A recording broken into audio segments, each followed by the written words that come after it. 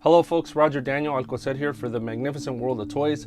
So today I want to take the time to answer a couple of frequently asked questions about the channel. So as most of you may know, we started this channel about 6 years ago.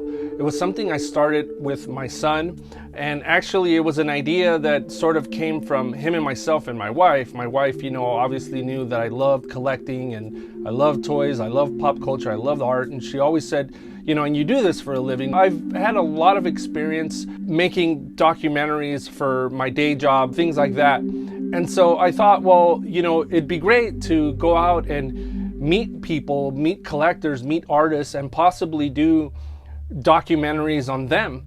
And one thing I always liked growing up is looking at Wizard magazines or comic books or graphic novels, and every now and then they'd show like a little picture of an artist in his studio. I always found those type of articles very inspiring, and I always wanted to see some type of video version of it. So one of the questions I get asked more often is, how do I pick the people who come out on the channel?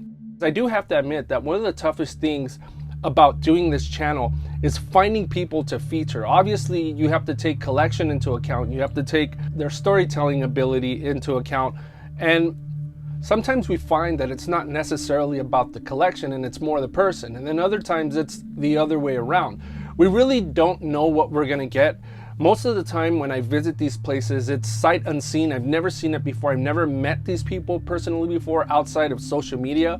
And so it's very interesting. A lot of these people are people I meet on Instagram. I reach out to them and they either agree to be featured or they don't agree. I actually do get turned down about 50% of the time. There's a lot of people who just simply do not like being on camera. Another cool thing about this channel is I have made a lot of friends, and I have a great network of friends and collaborators who most of the time recommend people that I should feature, which is pretty awesome.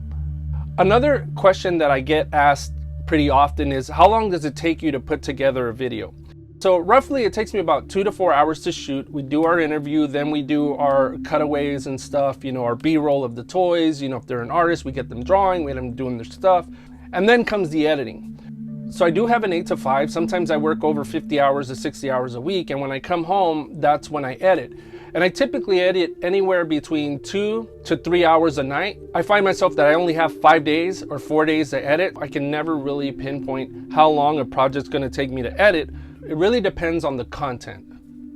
So why do I do this? Well, there's 2 questions I get asked often, but I think both of those questions kind of go hand in hand. And I'm gonna explain it this way. So I often get asked, who has been my favorite collector or artist that I featured? And that's a very tough question to answer because some of these folks are just incredible people. Some of them have phenomenal collections, and at times it's hard to distinguish, what do I like better, the collection or the person? But then also I begin to ask myself, which of these videos am I proudest of? Like, for example, which one did I film better? Which one did I edit better? Which one is just an overall masterpiece? And it's really hard to say. And so really the thing is that the way I look at this, just like I look at all the collectors and the collections I've featured, this is all part of a body of work for me. And knowing that I have this body of work makes me very proud. It really, it's something that just basically that I put together, that nobody tells me what to do. It's my project, it's my baby. And like I said, it's just important for me knowing that I've been spending these past 5-6 years putting together this body of work and meeting these amazing people. And quite frankly, I know that several years from now, when I look back at this, I'm gonna be proud that this is something that I decided to do. Another question I frequently get is, people often wonder if I travel. I try my absolute best to. Last year, I went to Sacramento, I went to San Francisco, and I went to Japan.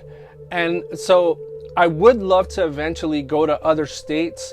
I really want to go to other parts of the world. However, that is a little difficult because it costs money. I don't have sponsorships. Basically, everything I do comes out of pocket. I do get some monetization on YouTube, but that's not enough to basically cover like a trip. I also do have a band, and sometimes I use the money that I get from performing to basically fund the channel. So when I went to Japan, I was out there for 5 days and 4 nights, and I was basically able to cut about, I think, 4 or 5 videos, and I did, 2 interviews and stuff there too. So that was awesome.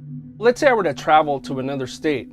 I am pretty confident that if I went out for a weekend, I could shoot at least 2 or 3 interviews in that 2-day period. I'm pretty used to working efficient. I travel light, although I do have some pretty decent equipment, which leads me to the next question. What type of equipment do you use? I have my own professional broadcast equipment, and as the years have gone by, my equipment has progressed. I started out using a Canon 7D and a Panasonic AF100, and from there I went to the Panasonic AF100, a Sony FS700U, and from there I went to a Panasonic GH4 and a Red Komodo. And so I would have loved to go to Japan a lot sooner than I did, but the opportunity to buy a Red Komodo opened itself about 2 or 3 years ago.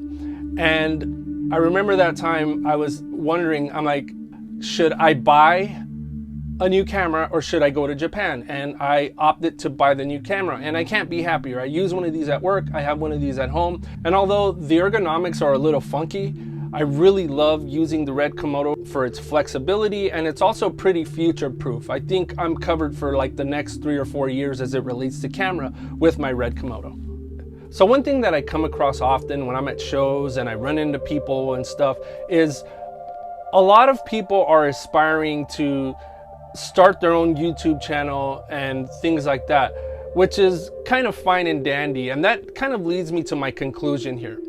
What makes a person crazy enough to create a YouTube channel? Well, it really depends on your motivation. What are you trying to do? There was times where I didn't know, I kind of knew what I wanted to do, but I'd lose my way. I'd ask myself, what am I doing? Why am I even doing this? But I have found a lot of peace and happiness and satisfaction in knowing that I am building this body of work that's for me. And like I said, this is my baby. This is something that, I put together, and with the help of my son and the motivation of my wife. And, and like I said, it's something that I know I'm going to look back at and I'm going to be proud that I did this. And another one of the greatest things about creating this YouTube channel obviously has been the lifelong friendships that I've built, the connections I've made, the collaborations and the relationships that I'm hoping will last a lifetime. And not only that, all the amazing things that I've discovered, the inspiration and the motivation to achieve and just become a better overall artist, filmmaker. It's just an amazing experience and a privilege to be able to do this. And then also having an audience. I mean, of course, it's a downer sometimes where you put out a video and it just doesn't do well. It just probably, you have like, let's say 3,000 subscribers and only about 300 of those or 100 of those watch your latest video. And then all of a sudden you put out a video that you don't think is going to do well, and that ends up skyrocketing to like 10,000 views or 5,000 views or whatever. And it's like, YouTube is hit or miss. And so another thing that I like to say to YouTubers or, aspiring YouTubers, well, for one, stop aspiring, go out and do it. But another thing is, are you ready for that? Because there are highs and lows. And like I said, for me, this is like a second job. All day at work, I'm producing content. Then I come home and continue producing content. It's like my weekends, my weeknights, they're all gone. Luckily, I enjoy doing it. I love doing this. If I didn't love doing it, I wouldn't be doing it. It'd be a drag. But that's the thing, is that do you have the time to create a YouTube channel and to create the kind of content you think people are going to love, they're going to watch, and they're going to keep coming back to your channel for? Either way, I hope you enjoyed this FAQ video of the magnificent world of toys. So we hope to return to our profiles pretty soon. We've got a couple people that, we've got actually quite a few people lined up. We're waiting for them to get their stuff in order. So hopefully we'll be going back, doing some more studio tours and video profiles and such. And so may those who play never gray. Thank you for watching. This is Roger Daniel Alcocer for the magnificent world of toys. Take care.